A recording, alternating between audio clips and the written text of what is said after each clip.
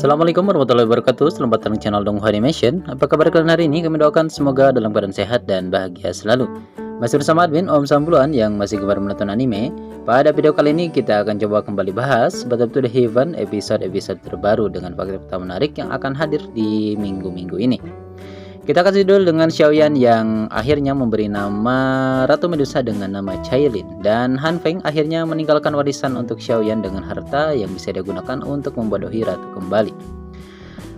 Battle to the Heaven episode ke-44 telah diupdate dan plot utamanya adalah serangan Akademi Jianan di Black Corner ya, lebih tepatnya di kota Feng, di mana Han Feng menjadikan pusat kotanya sebagai pusat aliansi hitam.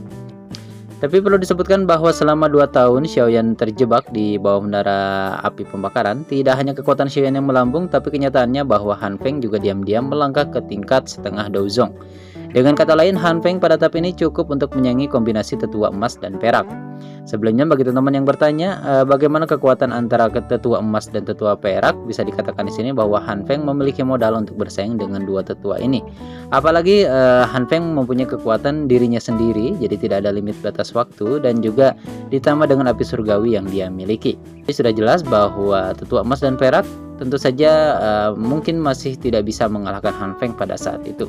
Han Feng masih akan kalah pada akhirnya, namun disebutkan di sini bahwa official Battle to the Heaven akhirnya membuka otoritas untuk bisa berkomentar kembali setelah sebelumnya pihak Weibo menutup area komentar, pihak resminya menutup area komentar karena ulasan yang jelek pada insiden dari episode ke-41 kemarin ya, dimana episode tersebut banyak sekali komentar miring yang diperoleh oleh Weibo resminya, dan akhirnya di minggu kemarin mereka membuka kembali kolom komentar ya, karena alasan ini banyak penggemar berspekulasi bahwa kualitas adegan pertempuran di 2 episode berikutnya mungkin cukup mengesankan, karena ini bisa mengobati mungkin akibat dari cut off episode ke-41 kemarin ya, tentang Medusa dengan Xiaoyan.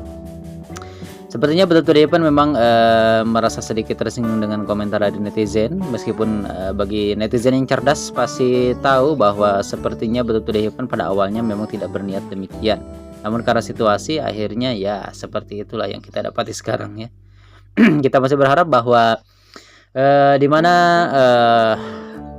scene antara Xiaoyan dan Medusa akan ditampilkan kembali dalam ulasan atau flashback ingatan, baik itu ingatan Xiaoyan atau Medusa ke depannya, meskipun kemungkinan besar jika itu terjadi mereka akan membuat ulang adegan tersebut dengan cara yang tentunya harus lebih cantik sehingga tidak menimbulkan kontroversi ya, kita berharap saja.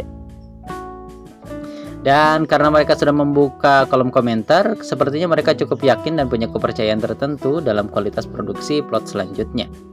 Xiaoyan dapat melukai Han Feng secara serius sebelumnya karena dia meminjam kekuatan Yalou, tetapi kali ini Xiaoyan dipromosikan ke puncak Douhuang atau disebut juga setengah Douhuang, dan sudah memiliki 2 api surgawi ya. Dia memiliki kepercayaan diri untuk melawan Han Feng. Jadi yang dikatakan oleh Xiaoyan dengan meremehkan kekuatan Han Feng yang setengah Douzong itu karena Xiaoyan punya modal untuk bersaing dengan Han Feng pada saat ini. Namun bukan karena Xiaoyan yang membunuh Han Feng kali ini, tetapi karena Ratu Medusa muncul. Meski pada akhirnya jiwa Han Feng dan api surgawi miliknya diambil oleh utusan dari Istana Jiwa, namun ia meninggalkan banyak hal baik untuk Xiaoyan. Ini termasuk penyimpanan kualitas tinggi yang di dalamnya tentu saja terdapat banyak sekali harta berharga yang berguna bagi Xiaoyan. Yang paling penting adalah sebenarnya ada ramuan tingkat 6 yang disebut sebagai pil kebangkitan di dalam cincin penyimpanan Han Feng. Ramuan ini sangat menarik bagi Ratu Medusa, dan itu memungkinkan Ratu untuk menghilangkan pengaruh dari ular piton 7 warna yang sebelumnya bersatu dengannya. Dan Xiaoyan tentu orang yang tidak bodoh, dia memahami posisi Medusa sekarang, kenapa dia menjadi seperti itu, dan dia menggunakan ramuan pil tingkat 6 ini untuk membuat Medusa tunduk kembali kepadanya. Ya, dia membuat Ratu Medusa terlihat bodoh kembali dengan iming-iming pil tingkat 6 yang dia dapati dari Han Feng ini.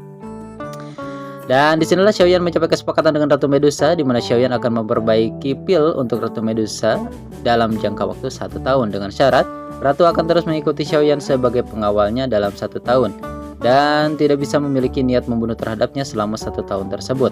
Ketika Xiaoyan memintanya untuk bergerak, bila perlu dia tidak boleh menolak. Nah, inilah kartu andalan Xiaoyan saat ini. Hanya bisa dikatakan bahwa Xiaoyan benar-benar memanfaatkan Ratu Medusa sampai mati. Dan akhirnya keterikatan ini membuka jalan bagi pertarungan di Sekte Yunlan untuk ketiga kalinya. Dan pada akhirnya Xiaoyan menemai Ratu Medusa dengan nama Cailin. Dan dalam episode mendatang, selain menggunakan pil kebangkitan jiwa untuk mengikat Ratu Medusa, Xiaoyan sebenarnya melakukan hal besar lainnya, yaitu memberi nama Ratu Medusa dengan nama manusia. Seperti sebelumnya kita katakan bahwa nama Medusa bukanlah nama untuk perorangan, melainkan nama jabatan di klan manusia ular.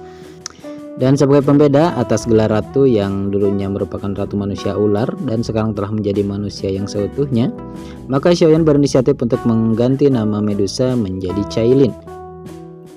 Meski pada awalnya Medusa menolak dengan nama tersebut, namun lama-kelamaan dia tidak menghiraukan panggilan tersebut. Dia masih berharap bahwa Xiaoyan masih memanggilnya ratu. Namun nama ini terus dia pakai sampai akhirnya dia secara resmi menjadi istri Xiaoyan yang pertama dan melahirkan anaknya Xiao Xiao. Oke teman-teman, itulah yang bisa kita bahas di video kali ini. Masih banyak konten menarik untuk episode selanjutnya. Dan dilihat dari petinjau resmi, sepertinya memang kualitas dari grafik pertarungan akan semakin ditingkatkan. Ya, kita berharap bahwa momen puncak seperti yang diharapkan dari grafik tinggi dan juga pertarungan yang epik dapat dikembalikan kembali oleh dapur produksi, sehingga rating dari Battle Event yang awalnya menurun karena insiden episode 41 bisa kembali lagi ke posisi awalnya. Oke teman-teman, bagi kalian yang ingin menambahkan silahkan tulis di kolom komentar dan kita akan berjumpa lagi di video menarik selanjutnya. Assalamualaikum warahmatullahi wabarakatuh.